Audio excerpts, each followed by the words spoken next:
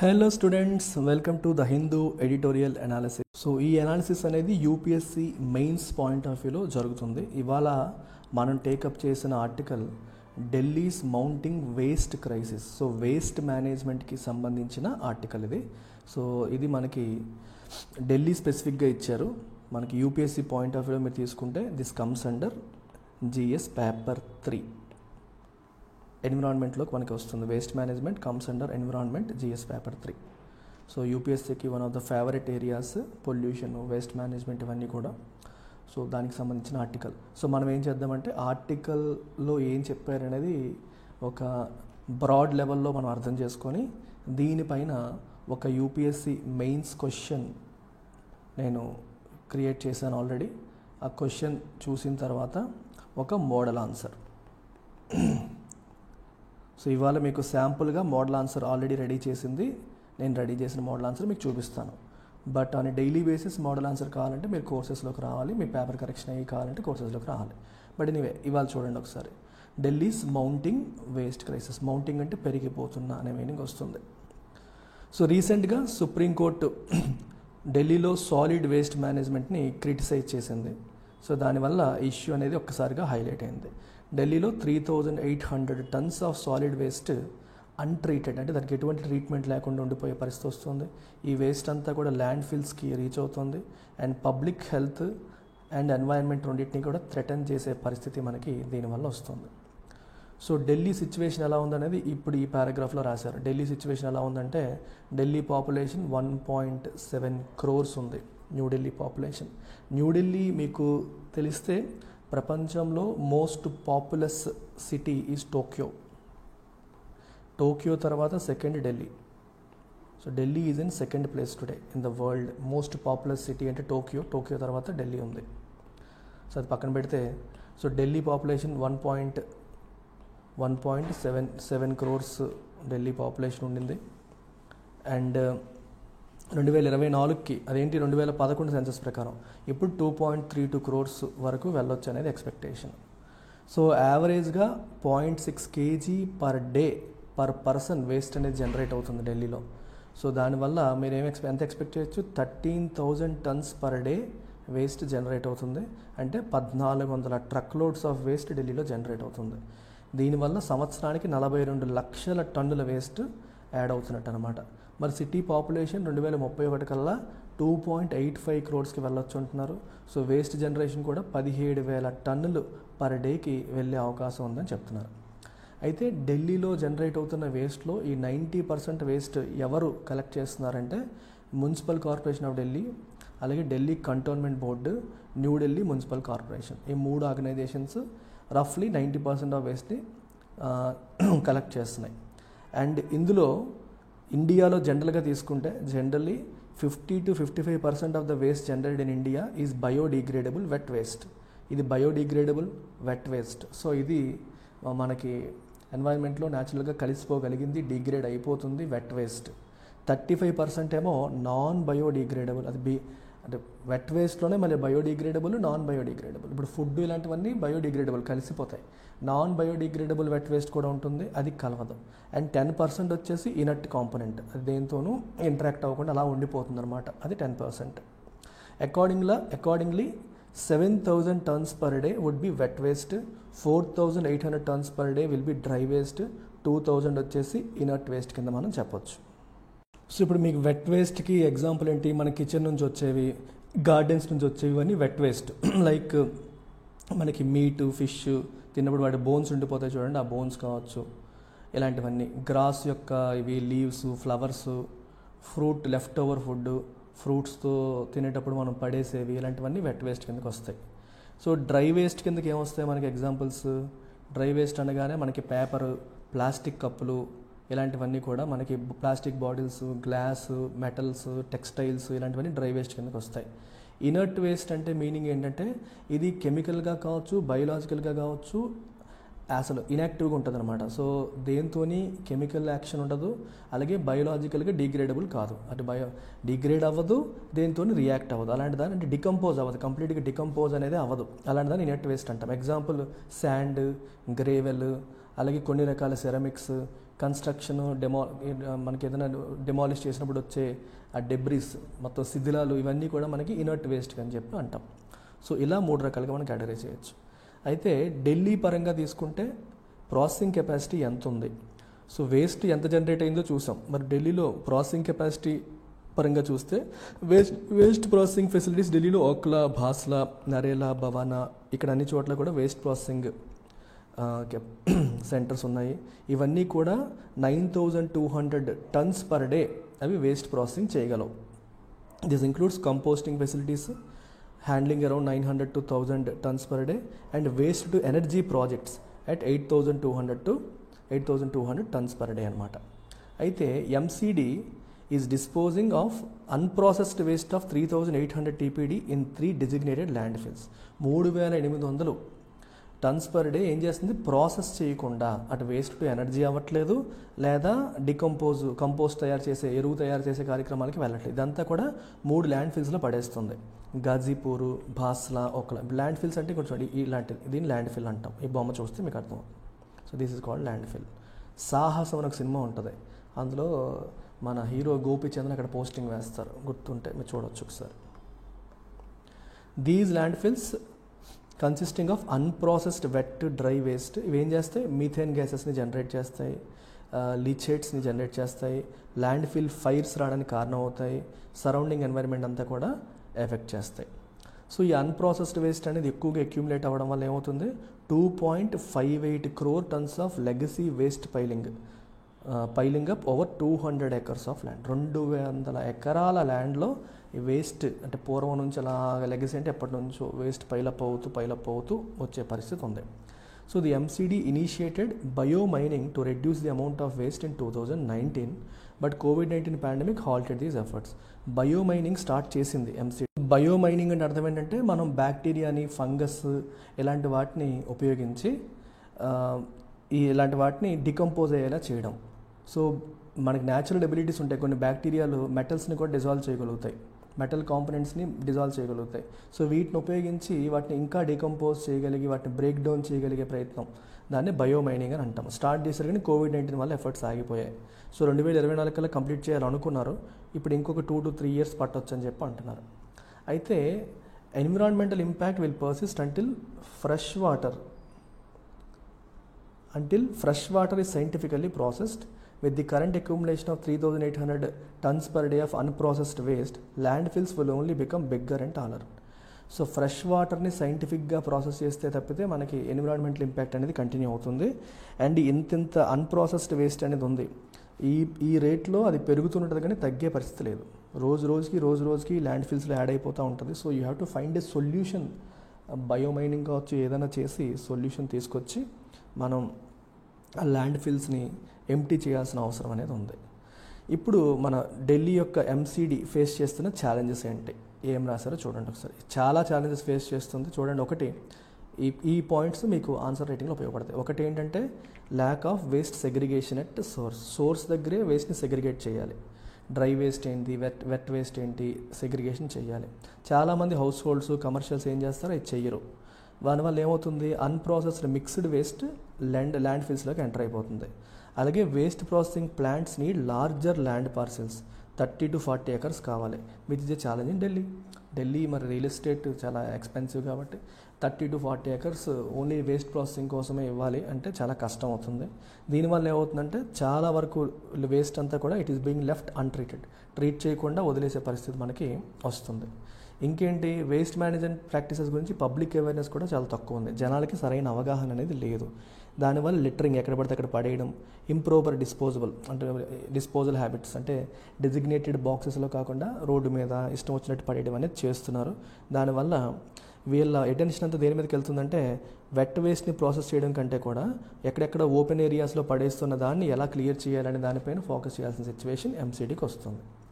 అలాగే regular waste collection services చాలా ఏరియాస్లో జరగట్లేదు. ఐడియల్గా మున్సిపాలిటీ వ్యాన్లు వచ్చి కలెక్ట్ చేసుకోవాలి, అది జరిగితే ఈజీ. లేకపోతే ఏమవుతుంది, దానివల్ల కూడా వేస్ట్ బిల్డప్ అవుతుంది, లెటరింగ్ అవుతుంది, ఎక్కడ పడితే అక్కడ పడేయడం అవుతుంది, ఓపెన్ ఏరియాస్లో ఇల్లీగల్ డంపింగ్ జరుగుతుంది, వాటర్ బాడీస్లో కూడా పడేసి వాటిని పాడు చేసి ఇంకా చెడు చేసే అవకాశం కూడా ఉంది. అలాగే వేరియస్ స్టేక్ హోల్డర్స్ మధ్య సరైన కోఆర్డినేషన్ కూడా లేదు. For example multiple municipal corporations ఉన్నాయి, వాటి మధ్య కోఆర్డినేషన్ లేకపోవడం వల్ల ఇన్ఎఫిషియెంట్ వేస్ట్ మేనేజ్మెంట్ అవుతుంది, ఎఫర్ట్స్ ఇంకా కాంప్లికేట్ అయిపోయే పరిస్థితి మనకు వస్తుంది. సో ఆర్టికల్లో ఏం చెయ్యాలి అని కూడా చెప్పారు, what efforts need to be made అనేది కూడా రాశారు. సో ఢిల్లీ ఏం చేయాలంటే ఫస్ట్ ప్రాసెసింగ్ కెపాసిటీని పెంచుకోవాలి, స్కేలప్ చేయాలి డైలీ వేస్ట్ని మేనేజ్ చేయడం కోసం. అండ్ నెక్స్ట్ ఫ్యూ ఇయర్స్లో అది ఎలాగో the quantity of waste is expected to increase, రోజు రోజుకి వేస్ట్ అనేది పెరుగుతుంటుంది, దానికి తగ్గట్టుగానే వేస్ట్ ప్రాసెసింగ్ కెపాసిటీ కూడా పెంచాల్సిన అవసరం ఉంది. సో ఏం చేయాలి, MCD should కమ్అట్ with a waste management plan to క్యాటర్ to about 3 crore people while the total design capacity of the city's waste processing facility should be 18,000 tons per day. రోజుకి 18,000 టన్నుల వేస్ట్ని process చేసే కెపాసిటీని బిల్డ్ చేసుకోవాలని చెప్పేసి అంటున్నారు.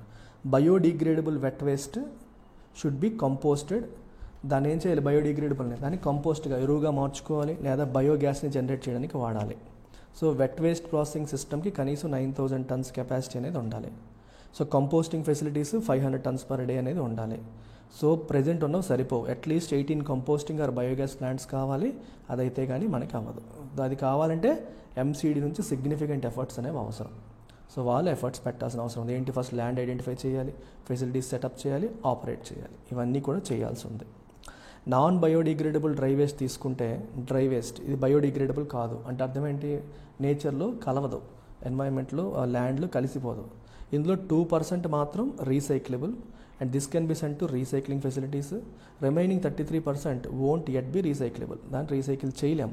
So ఇలాంటి దాన్ని ఏం చేయాలి, the non recyclable dry waste fraction is called refuse derived fuel and consist of plastics, paper, textile waste. దీనివల్ల ఏమవుతుందంటే this material has good calorific value and can be use to generate power in waste to energy product. So ఇలాంటి వాటి నుంచి ఏం చేయాలి, మనం non recyclable, recycling చేయలేదంతా దాని నుంచి మనం ఎనర్జీ జనరేట్ చేయొచ్చు, వేస్ట్ టు ఎనర్జీ ప్రాజెక్ట్స్కి వాటిని ఉపయోగించవచ్చు అని చెప్తున్నారు. అయితే although the cost of power generation through waste to energy projects tends to be slightly on the higher side, the objective is to scientifically manage waste and mitigate environmental impacts particularly those arising from land fill fires. దీనివల్ల generate చేసే power కొంచెం expensive అయినప్పటికీ నీ objective only power జనరేషనే కాదు కదా, scientific waste management కూడా. కాబట్టి government waste to energy projects పైన ఎక్కువ ఫోకస్ చేయాలి. ఇలాంటి వాటిని నాన్ బయోడిగ్రేడబుల్ డ్రై వేస్ట్ని ఈ సెక్షన్లోకి తోసేయాలి. ఇంకొక పాయింట్ ఏంటంటే డీసెంట్రలైజ్ చేయడం, అంటే మొత్తం ఒకే చోట వేస్ట్ ప్రాసెసింగ్ అంతా ఒకే చోట అని కాకుండా ఎక్కడికక్కడికే వేస్ట్ ప్రాసెసింగ్ జరిగేలాగా డీసెంట్రలైజ్ చేయగలుగుతామా అనే ఆస్పెక్ట్ కూడా చూస్తున్నారు. సో ఢిల్లీ ఏం చేయాలంటే నైబరింగ్ స్టేట్స్తో పార్ట్నర్ చేసి ఇలాంటి కంపోస్టింగ్ ప్లాంట్స్ అక్కడ కూడా కొన్ని పెట్టేలా చేయాలి. And market for organic compost produce from wet waste lies in the neighbouring states of Haryana, యూపీలో రైతులు ఎక్కువ ఉంటారు కాబట్టి ఇలాగా కంపోస్టింగ్ ఫెసిలిటీస్లో తయారు చేసే వెట్ వేస్ట్ నుంచి తయారు చేసిన ఆర్గానిక్ కంపోస్ట్ని అక్కడ అమ్ముకునే అవకాశం ఉంటుంది. సో వాళ్ళ బార్డర్ ఏరియాస్లో కంపోస్టింగ్ ప్లాంట్స్ పెట్టడం ద్వారా మార్కెట్ని బిల్డ్ చేయొచ్చు. అండ్ ఢిల్లీ సిటీలో మీకు 272 వార్డ్స్ ఉన్నాయి. తమిళనాడు, కేరళలో decentralised micro composting centres already ఉన్నాయి of 5 tons per day capacity at the ward లెవెల్లోనే మనకి తమిళనాడులో కావచ్చు, కేరళలో కావచ్చు డీసెంట్రలైజ్డ్ మైక్రో కంపోస్టింగ్ సెంటర్స్ అనేవి ఉన్నాయి. వీటి వల్ల ఏమవుతుందంటే they can manage about 20% of cities wet waste. బెంగళూరులో కూడా మనకి ward level dry waste collection centres ఉన్నాయి of 2 tons per day capacity each. ఇవన్నీ కలిపి అబౌట్ మనకి 10% ఆఫ్ డ్రై వేస్ట్ని మేనేజ్ చేయగలుగుతాయి. సో ఢిల్లీ ఏం చేయాలి, it should integrate decentralised options for both wet and dry waste backed by large processing facilities to ensure all the waste generated is scientifically processed. ఇలా generate అయిన waste అంతా కూడా సైంటిఫికల్గా wet processing, dry ప్రాసెసింగ్లోకి వెళ్ళి మొత్తం ప్రాసెస్ అయ్యేలాగా రకరకాల ప్లాన్స్ అనేవి చేయాల్సి ఉంటుంది. ఎగ్జిస్టింగ్ ప్రాసెసింగ్ ఫెసిలిటీస్ ఫుల్ కెపాసిటీలో ఆపరేట్ అవ్వాలి, కొత్త ఫెసిలిటీస్ రావాలి, ఏ వేస్ట్ కూడా అన్ట్రీటెడ్గా ల్యాండ్ ఫిల్లోకి వెళ్ళకూడదు. అర్బన్ లోకల్ బాడీస్ కూడా బెస్ట్ ప్రాక్టీసెస్ అదర్ సిటీస్ నుంచి అలాగే వేరే కంట్రీస్ నుంచి కూడా బెస్ట్ ప్రాక్టీసెస్ అనేవి నేర్చుకొని ఎఫిషియంట్ సాలిడ్ వేస్ట్ మేనేజ్మెంట్ ప్రాసెసింగ్లోకి వెళ్ళాలి. అబ్రాడ్ వేరే సిటీస్ నుంచి కూడా నేర్చుకోవాల్సిన అవసరం ఉంది. ఇది ఆర్టికల్ ఓవరాల్గా చెప్పింది. సో దీనిపైన యూపీఎస్సీలో క్వశ్చన్ ఎలా ఇస్తారు అనేది ఇప్పుడు మీకు పీడిఎఫ్లో చూపిస్తాను. సో ఇది చూడండి, ఈరోజు మార్నింగ్ మనం ఈ ఆర్టికల్ని బేస్ చేసుకొని చేసాం. యూపీఎస్సీలో క్వశ్చన్స్ అనేవి ఓన్లీ ఢిల్లీ కోసం, ఓన్లీ చెన్నై కోసం అలా ఇవ్వవు, జనరిక్గా ఉంటాయి. అందుకని నేను యాజ్ ఇట్ ఈస్గా ఆర్టికల్ బేస్డ్ అంటే మళ్ళీ ఢిల్లీలో ఉన్నది ఎక్స్ప్లెయిన్ చేయడానికి పెట్టాలి. అది మీకు యూపీఎస్సీలో అలాంటి క్వశ్చన్స్ రావు. సో అందుకని నేను జనరిక్గా మార్చి ఇలాంటి క్వశ్చన్ ఇచ్చాను. The mounting waste crisis in urban areas of India. So Delhi అని తీసేసి urban areas of India highlights critical challenges in solid waste management discuss. 250 వర్డ్స్లో రాయమని చెప్పాము. GS3 ఎన్వైర్న్మెంట్ సబ్జెక్ట్ రిలవెన్స్ కూడా నేను మెన్షన్ చేయడం జరిగింది. సో మోడల్ ఆన్సర్ కూడా మీరు ఒకసారి గమనించండి. ఈ మోడల్ ఆన్సర్ ఒకసారి మీరు గమనిస్తే ఫస్ట్ మోడల్ ఆన్సర్లో డైరెక్ట్గా ఇష్యూ గురించి మాట్లాడేస్తాం. ఈ పర్టికులర్ ఆస్పెక్ట్కి మనకి ఏంటంటే మనం we are talking about a crisis. ఇక్కడ సాలిడ్ వేస్ట్ అంటే అర్థం ఏంటి, డెఫినేషన్స్ అన్నీ చేసుకుంటే తెల్లారిపోతుంది. ఈ క్వశ్చన్కి అని అవసరం లేదు. సో అందుకని మనం డైరెక్ట్గా వాట్ ఈజ్ ద ఇష్యూ అనే దాన్నే మనం ఇంట్రొడక్షన్ పార్ట్లో రాసుకుంటాం. సో ఇంట్రొడక్షన్ పార్ట్ మీరు ఒకసారి గమనిస్తే ఏం చెప్తుంది, urban areas mounting waste crisis వల్ల సఫర్ అవుతున్నాయి. అప్రాక్సిమేట్గా 62 మిలియన్ టన్స్ ఆఫ్ వేస్ట్ యాన్యువల్గా జనరేట్ చేస్తున్నాయి. దీనివల్ల పబ్లిక్ హెల్త్కి ఎన్వైర్న్మెంట్కి సిగ్నిఫికెంట్ ఛాలెంజెస్ వస్తున్నాయి. సో సాలిడ్ వేస్ట్ మేనేజ్మెంట్ రావాల్సిన అవసరం ఉంది అనేదాన్ని, సో తక్కువ సెంటెన్సెస్లో ఎక్కువ మీనింగ్ వచ్చేలాగా మనం ఇంట్రొడక్షన్ ఇచ్చేసాం. మీరు ఇంట్రొడక్షన్ అనే హెడ్డింగ్ పెట్టకూడదు, డైరెక్ట్గా రాసేయాలి. తర్వాత ప్రజెంట్ మన దగ్గర ఉన్న సిస్టమ్స్ ఎలా ఉన్నాయి, ర్యాపిడ్ అర్బనైజేషన్ అవ్వడం వల్ల ఎగ్జిస్టింగ్ వేస్ట్ ప్రాసెసింగ్ కెపాసిటీ సరిపోవట్లేదు. ఎందుకని చాలామంది రూరల్ నుంచి అర్బన్కి వచ్చేస్తూ ఉన్నారు. సో దానివల్ల వేస్ట్ ప్రాసెసింగ్ కెపాసిటీ సరిపోవట్లేదు. మోడర్న్ ఫెసిలిటీస్ కూడా చాలా వాటిలో లేవు. ల్యాండ్ ఫిల్స్ ఓవర్ఫ్లో అయిపోతున్నాయి. ఇన్ఫ్రాస్ట్రక్చర్ అనేది ఇన్సఫిషియెంట్గా ఉంది. దీనివల్ల ఇది డైలీ వేస్ట్ మేనేజ్మెంట్ అనేది మనం కాంప్లికేట్ అయిపోతుంది. ఇది కరెంట్ స్టేట్. ఇప్పుడు తర్వాత ఛాలెంజెస్ ఇలా హెడ్డింగ్స్ పెట్టుకొని రాయాలి. మీరు హెడ్డింగ్స్ బుల్లెట్ పాయింట్స్ ఫార్మాట్లో ఎగ్జామ్లో రాయాల్సి ఉంటుంది. అంటే ఎగ్జామ్లో ఎలా రాయాలో అలాగే నేను మీకు మోడల్ ఆన్సర్ ఇచ్చాను. సో వాల్యూమ్స్ పెరిగిపోతున్నాయి పాపులేషన్ గ్రోత్ వల్ల, వేస్ట్ ప్రాసెసింగ్ ఫెసిలిటీస్ సఫిషియెంట్గా లేవు, వేస్ట్ సెగ్రిగేషన్ అట్ సోర్స్ జరగట్లేదు, ల్యాండ్ ఫిల్స్లో ఓవర్ఫ్లో అవుతుంది, హజార్డస్ అవుతుంది, నాన్ బయోడిగ్రేడబుల్ వేస్ట్ ఎక్కువైపోతుంది, సెంట్రలైజ్డ్ వేస్ట్ మేనేజ్మెంట్ సిస్టమ్స్ అన్ని ఓవర్వెల్మ్ అయిపోతున్నాయి.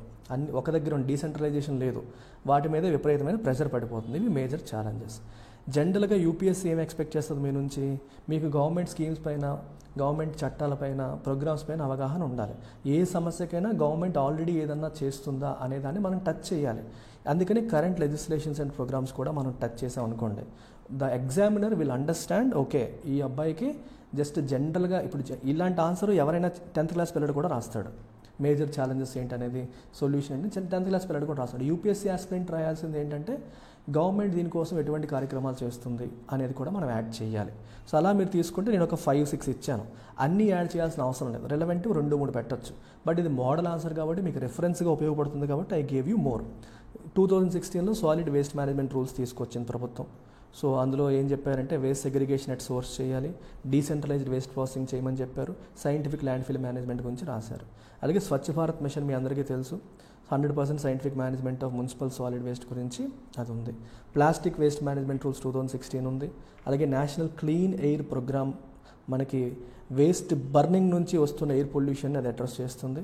అలాగే ఎక్స్టెండెడ్ ప్రొడ్యూసర్ రెస్పాన్సిబిలిటీ, ఇది ఏం చెప్తుందంటే ప్రొడ్యూసర్సే they have to manage the entire life cycle of their products. అంటే వాళ్ళ ప్రొడక్ట్స్ వల్ల వేస్ట్ జనరేట్ అవుతుంటే దాన్ని రీసైకిల్ చేయాల్సిన రెస్పాన్సిబిలిటీ కూడా ప్రొడ్యూసర్దే, especially electronic and plastic waste అని ఆ ఆస్పెక్ట్ చెప్తుంది. వీటన్నిటిని మనం లైట్గా టచ్ చేసాం అనుకోండి, గవర్నమెంట్ స్కీమ్స్ ప్రోగ్రామ్స్ ఏమున్నాయనే దాన్ని కూడా మనం చెప్పినట్టు అవుతుంది. And most important thing is way forward. అదే ఇక్కడ మనకి సజెస్టెడ్ స్ట్రాటజీ ఫర్ ఇంప్రూవ్మెంట్ పేరుతో ఇచ్చాం. ఏం చెప్తున్నాం మనం, ప్రాసెసింగ్ కెపాసిటీ ఎన్హాన్స్ అవ్వమని చెప్తున్నాము, వేస్ట్ సెగ్రిగేషన్ ప్రమోట్ చేయాలని చెప్తున్నాము, డీసెంట్రలైజ్డ్ వేస్ట్ మేనేజ్మెంట్ ఒక దగ్గరే కాకుండా డీసెంట్రలైజ్ చేయాలని చెప్తున్నాము, రీసైక్లింగ్ ఇన్ఫ్రాస్ట్రక్చర్ బిల్డ్ చేయాలంటున్నాము, టెక్నాలజీ ఇంటిగ్రేషన్ చేయమంటున్నాము, రీజనల్ కోఆపరేషన్ పక్క రాష్ట్రాలతో వాళ్ళతో కొలాబరేట్ అవ్వాలి, కోఆర్డినేట్ అవ్వాలి, ఎఫిషియన్సీ బిల్డ్ చేయడం కోసం అని చెప్తున్నాం. ఎడిషనల్గా మీరు గమనిస్తే నేను 2 రెఫరెన్సెస్ అండ్ కేస్ స్టడీస్ కూడా యాడ్ చేశాం. San Francisco US international reference ఇది. ఇక్కడ 80% waste diversion, stringent segregation, recycling and composting ద్వారా శాన్ ఫ్రాన్సిస్కో అచీవ్ చేసింది. అలాగే భారతదేశంలో ఇండోర్ కూడా మీరు తీసుకుంటే క్లీన్లీనెస్కి, ఎఫెక్టివ్ వేస్ట్ సెగ్రిగేషన్కి ఒక బెంచ్ మార్క్ సెట్ చేసింది. అలాగే efficient collection systems, robust public participation, వీటన్నిటికీ ఒక బెంచ్ మార్క్ సెట్ చేసింది. We can learn from San Francisco, we can also learn from Indore in India. ఇలాంటి సిటీస్ నుంచి కూడా మనం నేర్చుకోవచ్చు అనేది మనకి ఈ పాయింట్లో యాడ్ చేశాను. అండ్ ఫైనల్లీ కన్క్లూజన్ అని మీరు హెడ్డింగ్ పెట్టకూడదు, డైరెక్ట్గా కన్క్లూజన్ రాసేయాలి. సో కన్క్లూజన్లో ఏం రాసాము, an integrated and sustainable approach to SWM is crucial for urban areas. SWM అనేది solid waste management.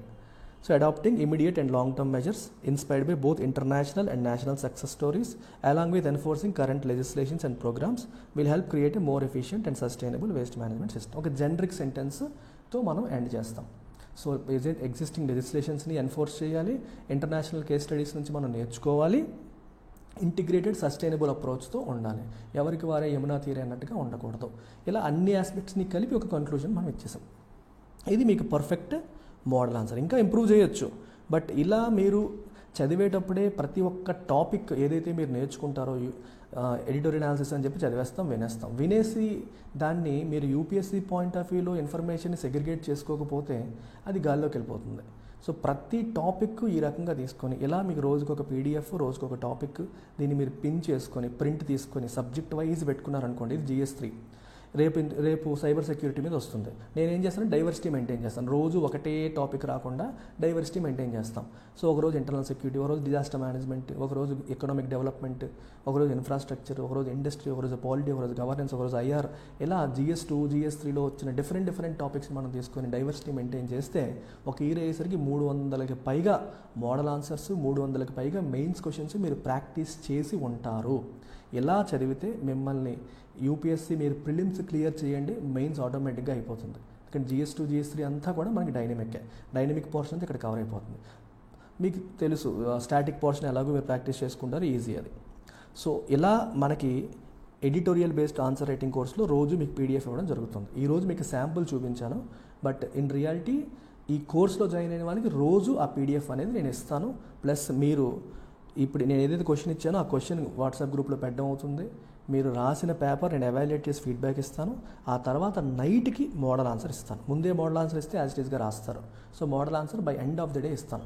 Model answer ఇచ్చేలోపు ఎవరెవరైతే పేపర్స్ నాకు పంపిస్తారో వాళ్ళ పేపర్స్ నేను కరెక్ట్ చేస్తాను. ఓకే, ఈ ప్రోగ్రామ్ 20th మే రోజు స్టార్ట్ అవుతుంది. సో మంచి ఆపర్చునిటీ యూజ్ చేసుకోండి.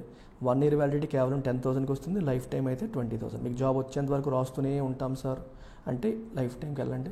లేదు నేను ఒక 1 year చేస్తే నాకు అలవాటు అయిపోతుంది అనుకుంటే 1 year ప్లాన్ 10,000కి రండి. ఈ నెంబర్కి మీరు కాంటాక్ట్ చేయొచ్చు. And this course is entirely designed by me, operated by me, implemented by me, delivered by me. మొత్తం నేనే చేస్తాను. Okay, right. అండ్ యూపీఎస్సీ ఇంకా జాయిన్ కాని వాళ్ళు, ఎక్కడ కోచింగ్ తీసుకొని వాళ్ళు, ఇంకా జాయిన్ అవుదాం అనుకునే వాళ్ళు యూపీఎస్సీ ఇన్ఫినిటీలో మీరు జాయిన్ అవ్వచ్చు. అలాగే ఆప్షనల్స్ కావాలంటే ఆప్షనల్ ఇన్ఫినిటీలో మీరు జాయిన్ అవ్వచ్చు. ఫీ స్ట్రక్చర్ మీకు క్లియర్గా కనిపిస్తుంది. ఇక్కడ లైవ్ అండ్ రికార్డెడ్ ఇక్కడ 45, ఇక్కడేమో 25. సో మొత్తం కలిపి 70,000కి లైఫ్ టైం వ్యాలిడిటీతో మీకు అటు GS అయిపోతుంది, ఆప్షనల్ అయిపోతుంది, ప్లస్ ఈ యాడ్ ఆన్ కోర్సెస్ అన్నీ కూడా మీకు వచ్చేస్తాయి. సో ఈ మెయిన్స్ ఆన్సర్ రైటింగ్ కోర్సులో స్టాటిక్ పోర్షన్ అనేది కవర్ అవుతుంది. Basics of answer writing, static portion ఇక్కడ కవర్ అవుతుంది అన్నమాట. So make use of it. Take care. By.